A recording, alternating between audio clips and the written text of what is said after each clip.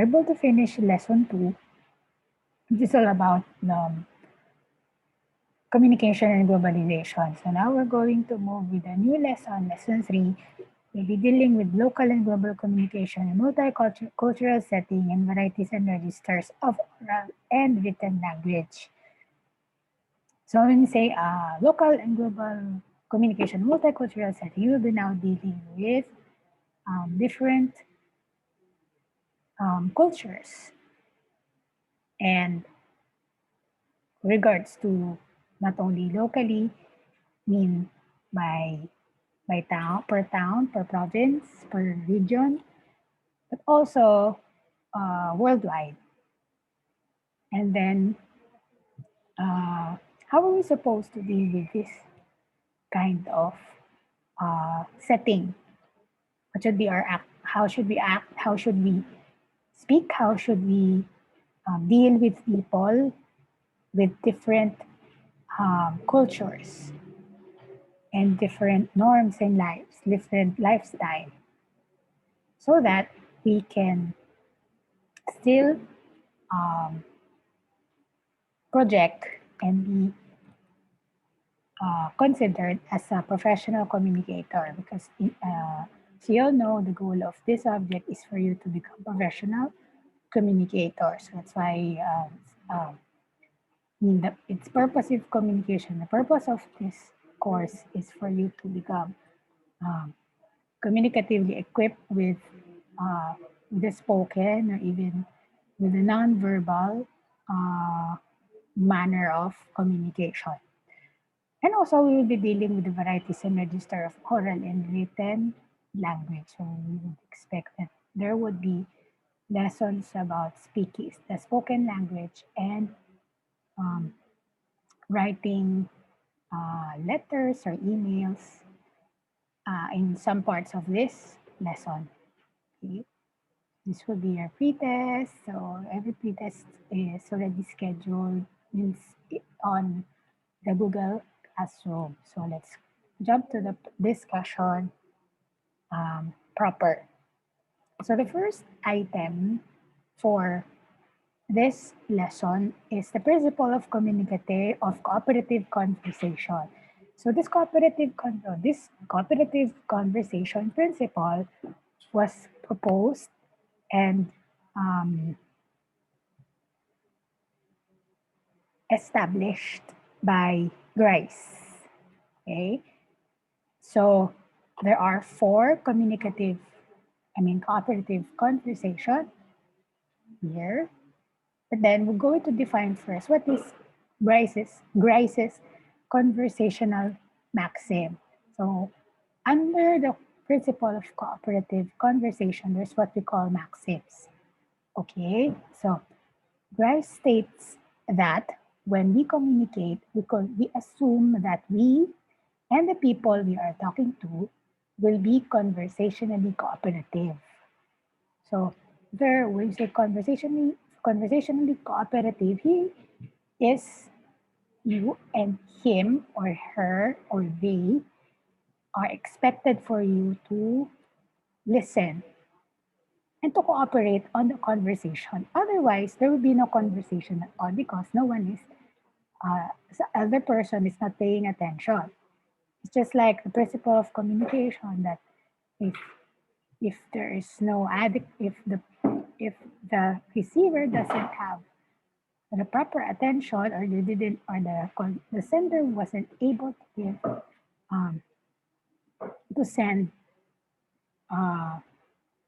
attention to, or to call the attention of the receiver of the message, then there will be no initiation of conversation at all. So on this principle, or on Rice's conversational maxim, he said that we will cooperate to achieve mutual conversational ends. So this conversational cooperation even works when we are not being cooperative socially. So, for example, we can be arguing with another angrily, and yet we will still cooperate quite quite a lot conversationally to achieve the argument.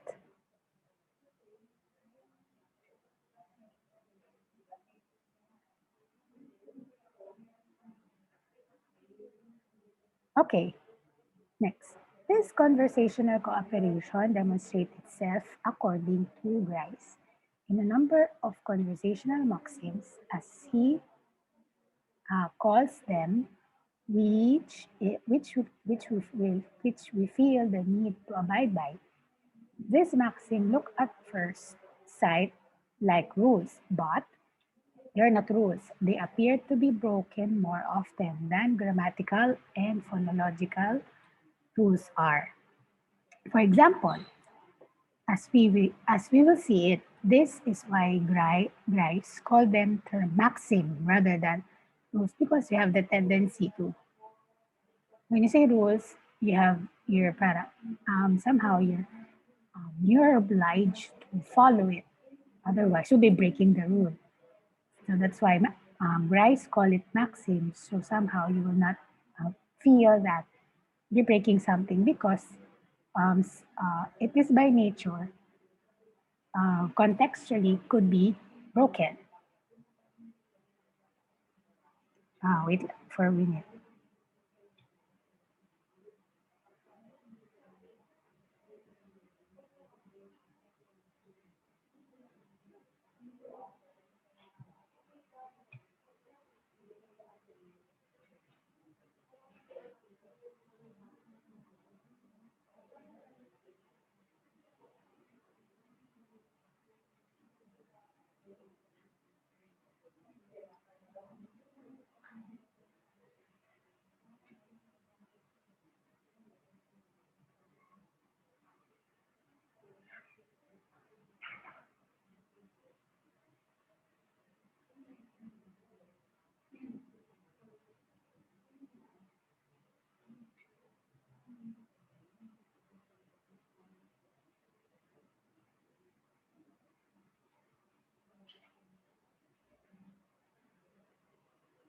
Wait lang.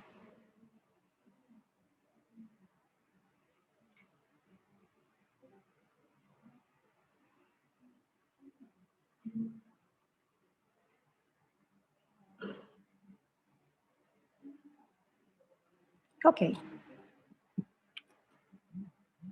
what's going on with you guys? Why are you in and out?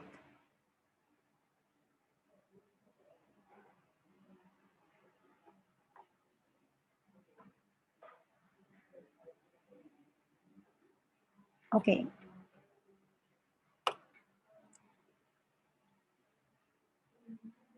so again, maxims are, or the Christ used the term maxim because he doesn't want to make the conversationalist or people having the conversation to feel that they are bound by rules.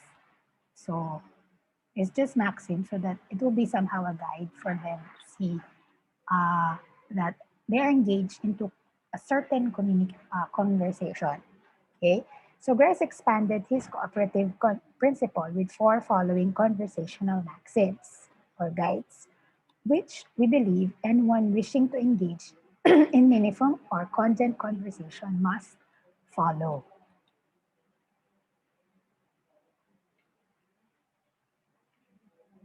Okay, so number one, the maxim of quantity.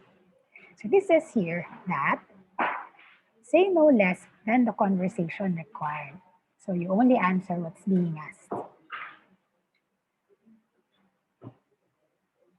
And because there are some people who, uh, who would tell who would tell a story first before he or she would reply to a question, which is somehow not relevant to um,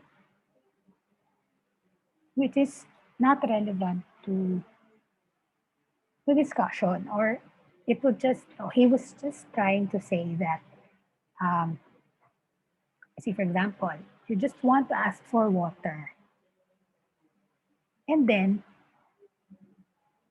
you even um, intro, you even started your speech or your piece by saying, a long time ago, uh, we were deprived of the of of clean water. So we needed to boil the water to pot and then cool it down. That's the only time that you can drink water. When you can just straightly say that, may I have a glass of water because I'm thirsty. So that's quantity. You just compress everything or go straight to the point. Okay, say no more than the conversation requires. We have to be as informative as required. If you think of you consider the time that, that the time that you're um okay,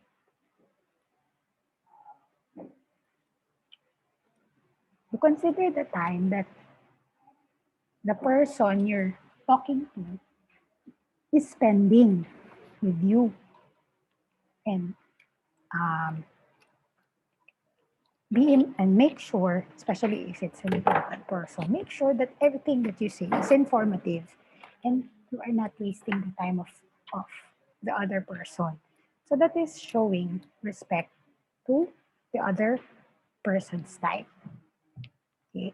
So again, we have to be as informative as required. If if what you're going to say is just a waste of, or it is not relevant to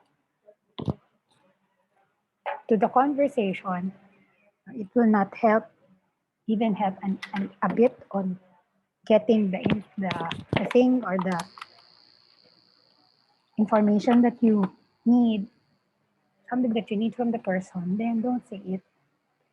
Go straight to the point. Okay? Then we should not say more or we should not say less. Meaning to say, do not uh, give the exact uh, give the exact information that that person needs.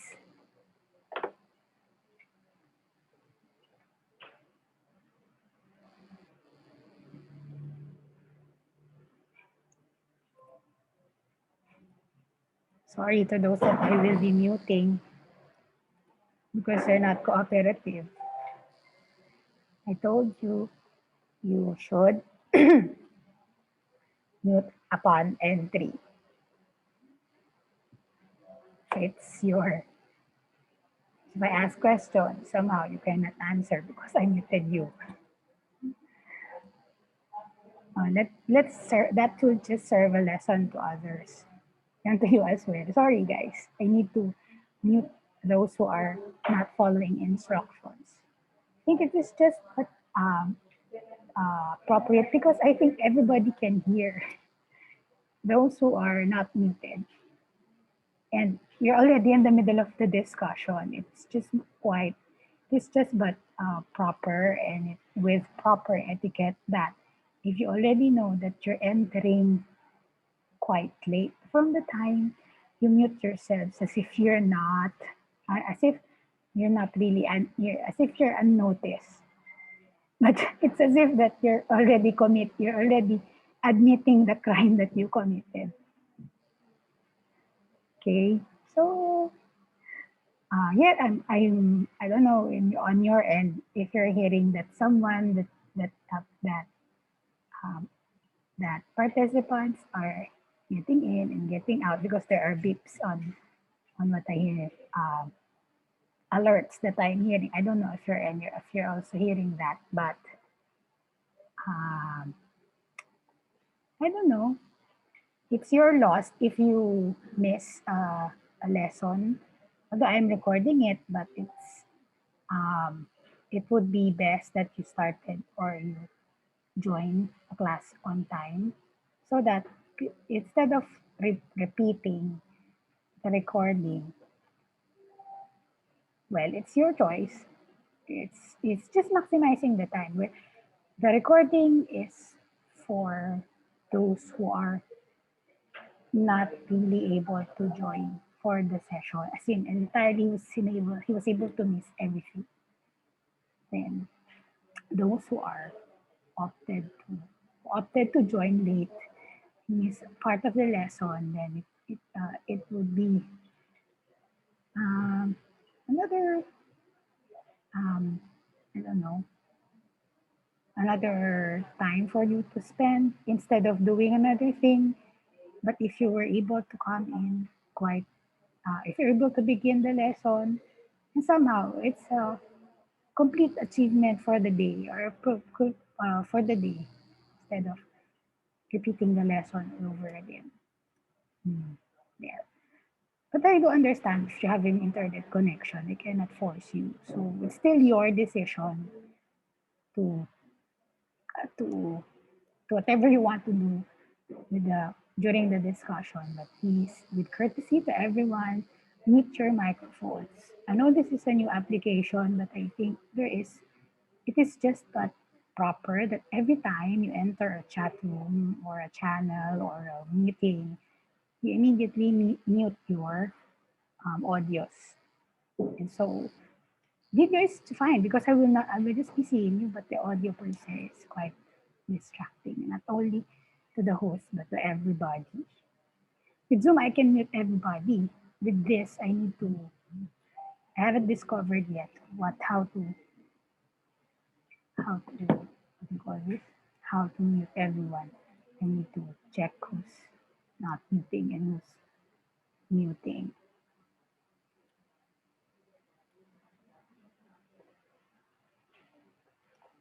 Okay.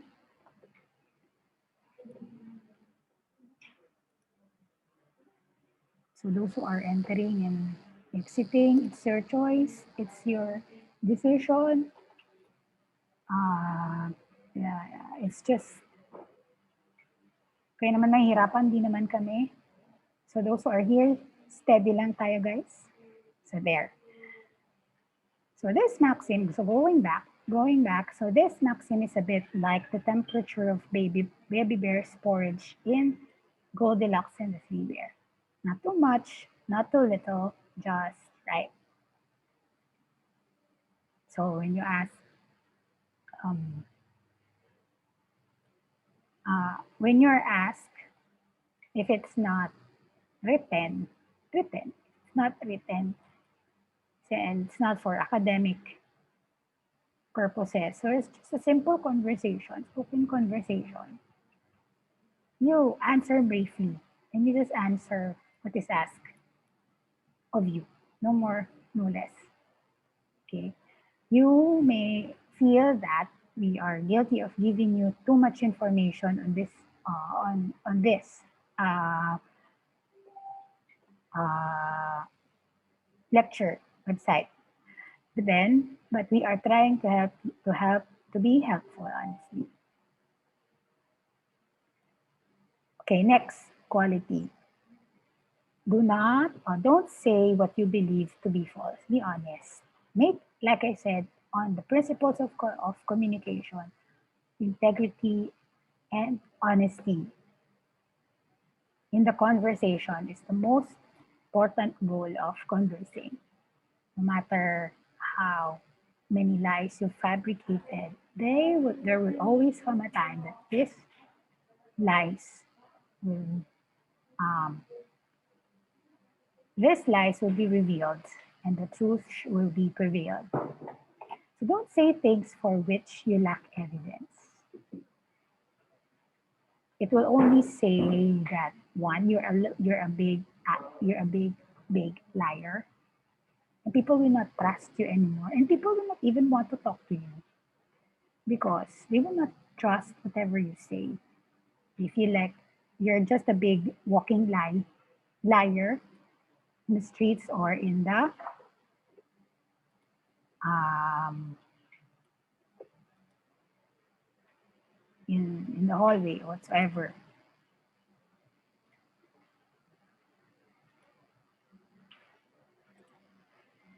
Sorry. Guys, can you see? Yung mga may red marks. So you know already. I'm not checking the attendance, but those who are entering late and unmuted, like being hit by a mouse trap. See, oh, my live off. You see the screen for Discord. Okay, let's go back to the lesson. So, as a speaker, we have to tell the truth or something that is provable by adequate evidence. It may seem at first sight that it would be simpler for this maxim to tell the truth, but it is often difficult to be sure about what is true.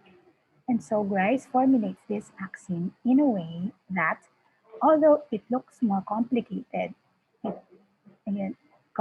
is actually easier to follow. Evidence of the strength of this maxim is that most people find it difficult to lie when asked a direct question and tend to believe that what people tell us without thinking. So if you ask direct questions from a person that you want to get answers from, there's a tendency that you were supposed to get straight answers as well. Then we tend to believe that what people tell us without thinking. So we need to process, but there are situations that sometimes the thought, what the person says, unconsciously goes resonating in our heads without even knowing why. And then after a few days or few times, you would realize the real essence of what he or she said, especially if it is written down. So presumably because writers normally have more time than speakers to consider carefully what they say. So if it's example, when you're texting and when you're chatting, before sending it, somehow you have the time to reread it. But for speakers, if the word has already been spoken, somehow it's difficult to retract it or take the words back. And somehow, um, for some conversationalists or people engaged in conversation or the receiver of the message, they tend to think to still analyze what the person said uh, before getting the true meaning of the conversation. Say, for example, direct questions. Have you eaten? That's a direct question. Na, and you just need to answer yes or no.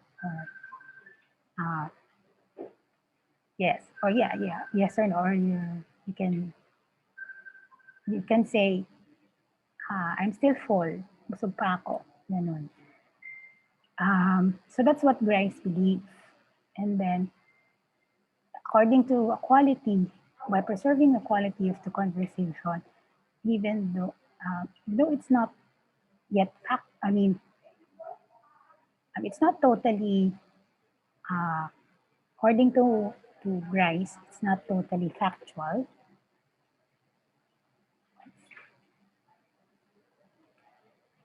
It's not totally factual if it's not somehow uh,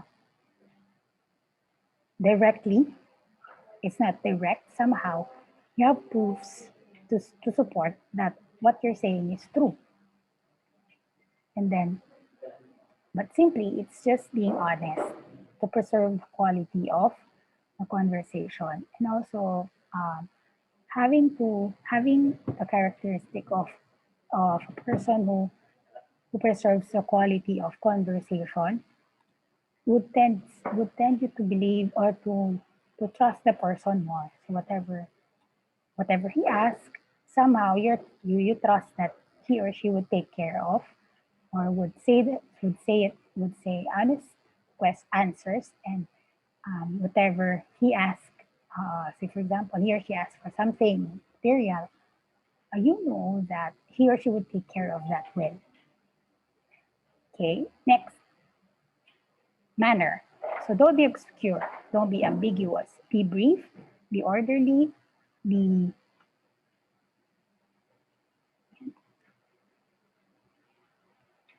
orderly. We have to avoid ambiguity and obscurity. We should be straight and we should be direct and straightforward. Good evidence for this maxim is what we get penalized for or when you write essays. If you are vague or ambiguous or not clear, you can lose marks. Or if you are overly wordy, you can lose marks. Readers do not like having to read extra words when they don't have to. If you do not present what you say in the most sensible order for your arguments, you can lose marks. Although you don't lose marks in conversation, you can lose friends if you do not abide by this maxim. So it's just like you're having so in written, that's to give an example. So you organize your thoughts in such a way that everything that you write will be clear. It's that every sentence that you're going to put on your essay would be supporting the whole, or would be of support for the whole piece, for the whole essay. Or somehow, yung may mas pampahaba lang. When you say, this, when you say communication is a manner, or is communication ethics means that you need to attain credibility with regard to to, to conversing or communicating with other people. In order to in order to to gain credibility, we need to communicate honestly. And then you inserted um, something, say for example, out of from out of nowhere, you inserted something that is about, uh, say for example, uh, ambiguous conversation would lead to misunderstanding.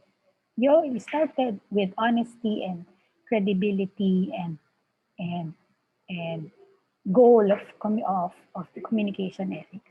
And then you inserted ambiguity of communication, which is out of context or out of it misleads or it would make the reader difficult to understand. What's the essence of adding this one? It would just make your readers confused of reading your essay or your piece. Okay, with that's for written. Meanwhile, for spoken, if you said that you will be having or you will be meeting your friends Saturday, 7 p.m. at SM, you be there. It's not that after um, it's not that you cancel last minute. Okay, meaning it's you are a conversationalist that doesn't abide by what he says. And you're a conversationalist na magulo ka usap. Or you would say, or you would come very late. Somehow, why would you lose friends? Because in order to establish friendship, there should be trust in the in front line. Otherwise, if they cannot trust you with being on time or coming to them and or having time with them, how can they trust you with even more important matters? There's a possibility that magbalimbing ka. Hindi ka makapag-commit on a certain, on a certain time. It's just basic. How can you commit yourself to this, to a kind of friendship that requires trusting? So, yun. Kaya nagkakaroon ng you lose friends. So, ganun din sa relationship, romantic relationship. So, sa una, okay kayo, ganyan. Then, parang last minute, magka-cancel siya. Bakit siya magka-cancel? Kasi bigla ang may ganito. Bigla ang may family gathering. Dapat, tanggihan mo yung biglaan. Kasi kayo yung unang nag-set ng date. Hindi yung, kumbaga, yes, syempre, the other part, your partner would understand. Would understand that it's a family thing. But if you're going, but there would be, di man nila sabihin, there would be their mindset na mararamdaman nila na okay, pagka pala halimbawa, sige, sa una okay lang, ganyan. Pero pag naulit na naman, okay, sige. Wala namang kaso sa akin na inuuna niya yung pamilya niya. Kaya lang, may usapan na kami. So yung trust niya na pupunta ka or matutuloy kayo for your quality time together is mababawasan. So kaya nagkakaroon ng issues na nababawasan kaya nagkakaroon ng issues na nababawasan yung pagkagusto doon sa tao o nawawala na ng amor doon sa tao. It's because of this. Malabo kang kausap. Pag sinabi mo, oo, ibo. Sa Bible yun. Ang oo mo, dapat oo. Ang hindi. Huwag kang magko-commit kung hindi mo man kayang tuparin. Otherwise, you will be accused and you will be called a liar, sinungaling. Violation of the truth is a lie. So you said truthfully that it comes out of your mouth that you are going to date. You're going to a date with your friends, or you're going to date with your significant other. But then, because something just came up, you cancel. If it's not the matter of life and death, then, or if it's somehow you pursue with what you said as with your appointment or with your committed time. So that is manner.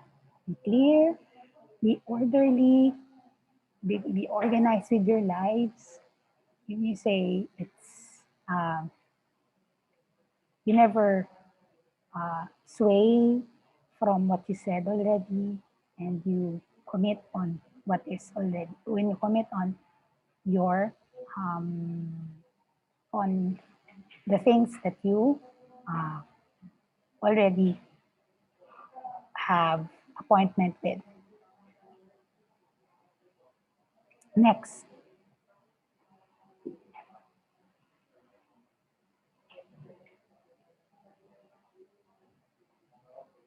Sorry, like I said, be discreet like a mouse. Anyway, relevant.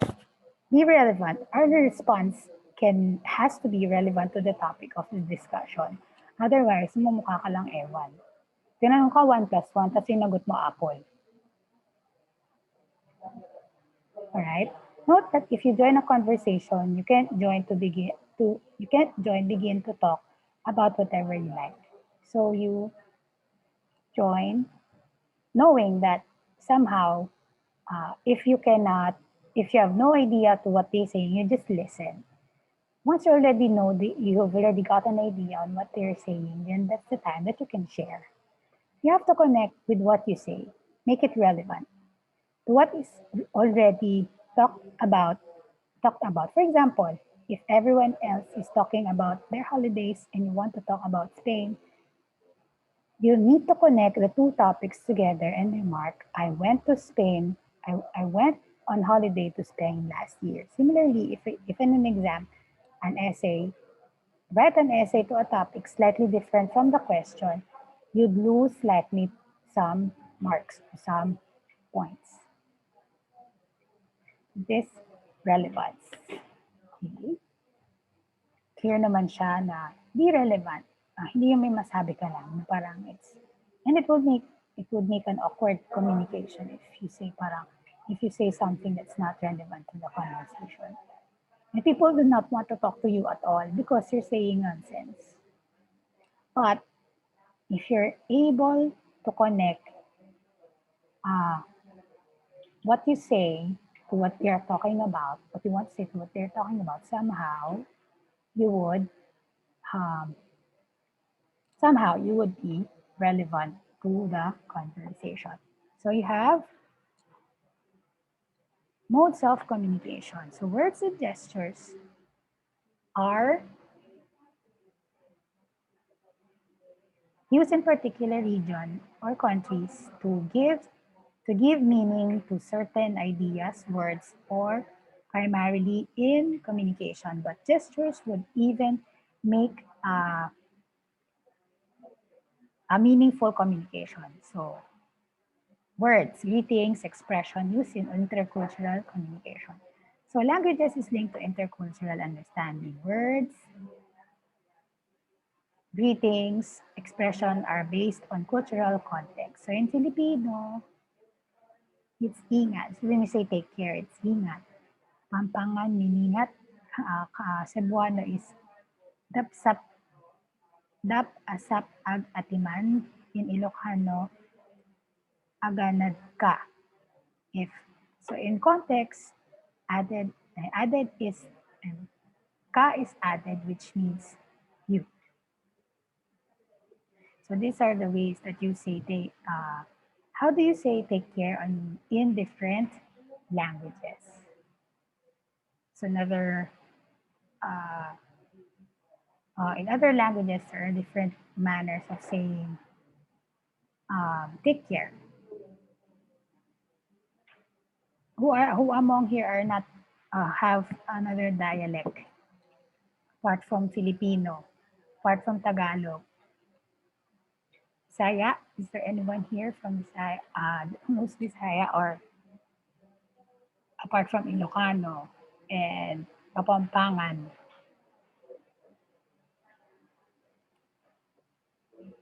Anyone?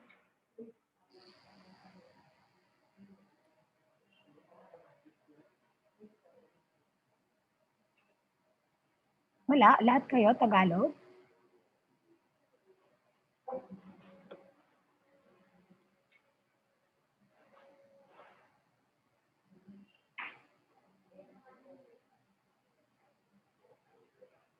Bicolano, okay.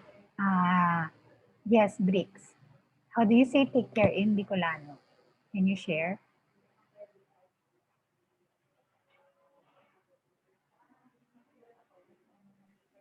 Alin po, ma'am? How do you say take care in Bicolano?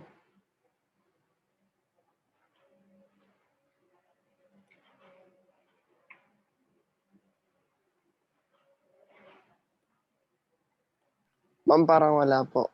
Wala? Ganun sa opo. Yung ingat, ganun, ingat. Wala din. Ingat ka, Wala ganun. po. Oh, wala. So, parang ingat din siya. And anyway, sige, let's Good go. morning, ma'am. Sige. Tawag din? Sige. How is it? Marhay na aga. Ayun. How about good afternoon? Marhay na udto. Ayun. Sige. Thank you. Masaya. Next. Thank you, Bricks. Next, we have common greetings, an expression in 4 languages. So when we say, so we have 4 greetings here. Hello, goodbye, thank you, and I love you. So for French, we say bonjour. For Spanish, we say hola. When we say in Korean, say annyeong. For Mandarin or Chinese, say niao. Goodbye. We say au revoir for French, adios for Spanish, show for Korean, and Zaijian for Chinese. thank you for Spanish. I mean, for French is merci. If in Spanish is gracias. For Korean, you say gomawo. When in Chinese is sesame. I love you in French is chetaime. In Spanish is te amo. In Korean is sarangiyo. In Mandarin is wo aini. So that's your um, different greetings that we hear from common languages of the world. So there's also Italian, but then hindi na parang hindi na siya nasali dito. Okay. Next, body language used in um, intercultural communication. So body language is, to what time are we?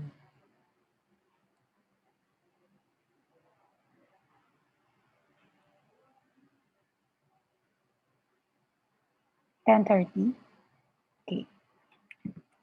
Okay, body language in intercultural, used in intercultural communication. So body language is a form of nonverbal communication in which visible body language communicates particular messages either in or place or in conjunction with speech. So in multicultural context of communication, you should be culturally sensitive to the differences of this body language. Say, for example, we have 9 basic body language that we need to understand for multicultural settings. Okay, so for the first one, handshake. So in the Philippines and in the Americas, the cultural gesture of handshaking upon greeting is considered the norm when doing a person-to-person introduction. So there's a positive um, it's a positive gestures for Filipinos and the Americans for handshake. And also show professionalism. So after dealing with closing a deal, you shake hands, meaning to say you had a good deal with that person, business deal with that person. Meanwhile, in Saudi Arabia, you can handshake men but not women if you're a man. Somehow, as per their culture, women are are like vessels that they should be remain untouched, so that the man that is destined to be with her will be the only one to touch even the tip of her finger. So you're not allowed to touch women from, or even hands from um, from Arabian women, because on their culture, as we all know, there are most of them are Muslims. So especially if they're already getting married. So if you would see women that's Muslim women who are entirely covered up from head to toe, and having just their eyes seen, meaning to say she is already engaged to a man, and no one in the world can see the body or even the tip of the finger of that girl. So she would she's only allowed to have her eyes somehow seen, but not the entire but not her entire body. Okay. Next, A-OK sound. A-OK. Okay. Okay sound. Um, yung, yung three fingers yung pinky, the middle finger, and the index, I mean, the ring finger are standing, tapos naka-O sign yung thumb and the index finger. Pinagtatouch yung index and yung thumb. So that is the A-OK sign. An OK gesture in American Indian is quite popular and considered as a general gesture that denotes an agreement or of sentiment. So you agree on something. There's a positive um, significance for or sign for uh, in the Americas and England. You say okay, you approve of it. So meanwhile, in Brazil, it is an equivalent to the middle finger in United States. It is an insult in most Latin American countries, including also Austria and France. So when you're in America, it's fine to use the UK sign. Meanwhile, for Latin American countries, Australia and France, it's somehow has a negative connotation. Also in Brazil. Next, thumbs up. The thumbs up gesture can be an equivalent to the OK gesture and is widely used with um, Americas, England, and the Philippines. So somehow, wala namang negative implication yung thumbs up. Right? Next is sitting with crossed legs. Sitting with crossed legs is common in North American and European countries. But this is considered disrespectful in Asian and Middle East, where straight and balanced posture is important. So in I think this is more on padikwatro ka. Somehow it's okay with the North American people, I mean, and then the European, but in some and Middle East, it's disrespectful because we have the importance of, because when you're in cross legs, somehow in job interviews, if it doesn't matter if you are cross legs or during, or if you're facing with North American people and European people, but if you're having a job interview among Filipinos, if you cross your legs and you sit back, somehow you very much relax. Parang it's not a good sign. It's disrespectful for us. Because as we all know, to know that that we as Filipinos we are getting or we are attentive of on the conversation, we should be sitting up straight and in a balance and not slouching. Okay. Next is eye contact. When speaking to someone, eye contact is considered a positive aspect of body language in the Philippines and Spain and in the Arabic culture. Not looking back is considered disrespectful and insecure and uninterested. So whenever you talk to someone, it is important that you maintain eye contact, especially with the public speaking. You do not look at the roof, you do not look at the floor, you look on the audience. Because through that, you will establish engagement to your audience. Next is nodding the head. So for Filipinos, nodding the head up and down means you're saying yes. And when you're shaking it side to side, it's no. Right? But then for Greeks, it's the opposite. When you nod, among Greeks, it means no. And then when you shake your head, among Greeks, it is yes. Okay? Tugging the earlobes. Portuguese tug their earlobes to indicate tasty food. Nahawakan yung tenga. Meanwhile, for Spanish, it signifies that someone is not paying their drink. So parang you're in a restaurant and then to signify that you don't have that you don't have money to pay your drink, then you tug your earlobes. So in Italy, it insinuates sexual innuendo. So there is you're somehow in Italy, if you tug your earlobes, you're indicating that you're sexually aroused, something like that. Okay, pointing This is very much common to Filipinos, pointing using the lips. So for Filipinos, when you point using the lips, you meaning to say mm, you're you're uh, you're giving direction. There, maybe instead of saying there, you use, di ba, dinuduro, parang inumufuan mo yung tao or yung bagay. Ayun, yun. Ganon. Then, yeah, in some cultures, Filipino, Native American, Puerto Rican, and many Latin American culture, people use their lips to point instead of their fingers. Probably if they're preoccupied with their hands and they want to still answer you, you point using your fingers or your lips. Okay. So um, broad broad arm movement. Sorry, arm.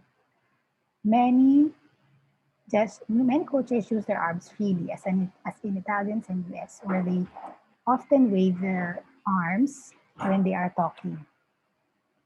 So somehow they have free arm when they're talking. It's just their hands, their it's okay with them that they have movements in the arm. You spread it wide, and then or you it's as if you're going to hug someone. It's just fine. But in most European, you see this as insincere. So somehow, if you're talking to Northern Europeans, and your arms are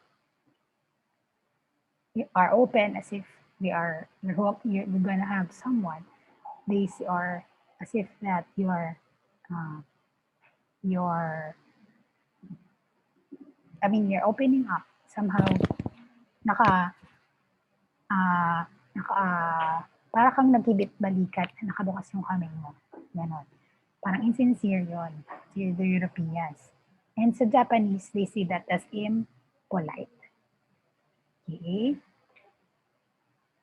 Next.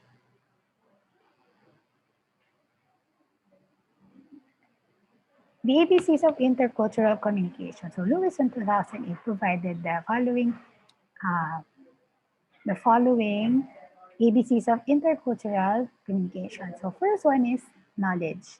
Difference in communication style should be knowledge of every person in a group. Knowledgeable. So knowledge in every person in a group has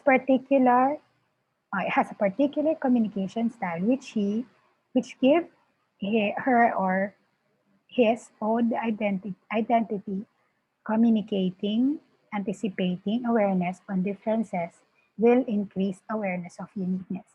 So um, your knowledge on the style of communication of the other people, just like here, it's like the body language. If you're knowledgeable with this, somehow you would consider that each communicator has a unique way to communicate, and you should understand them.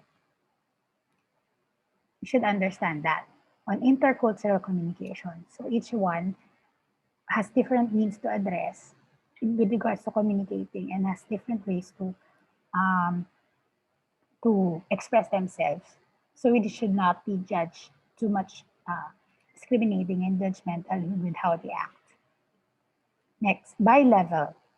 Communication does not only uphold speaking and listening, but also requires a holistic everything. Holistic means everything as a whole process, holistic process that includes verbal and nonverbal channels.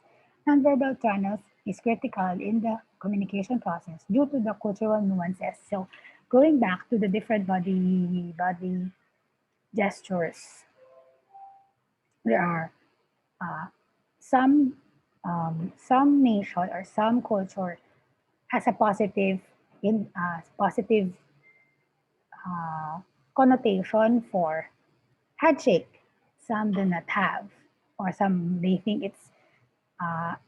uh, they think of it as otherwise, not positive. Some would think that tugging the earlobes is indicating tasty food, or it's a compliment for a restaurant that has tasty food. But some would say that someone is going to escape immediately, or magwa 1, 2, 3 dun sa restaurant or dun sa bar because they do not want to pay the drink. So there is so in nonverbal communication, it's quite critical. It's not as clear as the verbal communication because of the cultural differences. So it varies from one culture to another. Next is, if you are doubtful, clarify. Clarify. If you're doubtful of your understanding about what is being communicated, ask for clarification. Devote a little extra time to verify understanding so that you can save time and avoid frustration or confusion. I think this is just but clear that when you don't understand anything, you ask questions.